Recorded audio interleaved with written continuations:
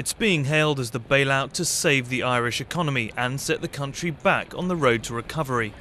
€85 billion of financial aid, thrashed out by EU ministers and the International Monetary Fund.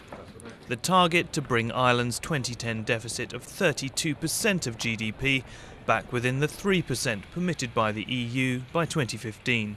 A safe and prosperous Ireland is the best contribution to the safety and prosperity of Europe, and that's what we try to achieve here.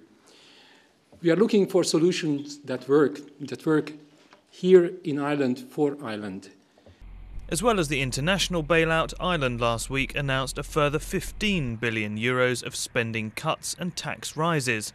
All this to plug the black hole in the country's banks left by the crash in the once booming property market.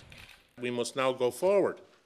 We must now take advantage of the fact that this funding arrangement is now in place, and we must proceed and continue with the economic policies, difficult though they may be. But our people now, I hope, have a greater sense of the direction in which our country can now take as a result of these agreements that we have reached.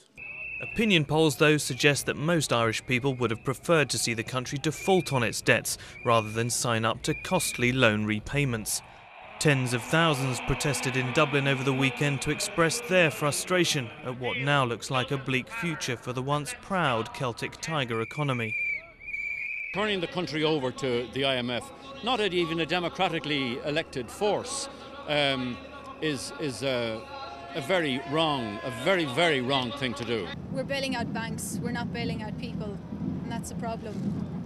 The money will not be used for any good means.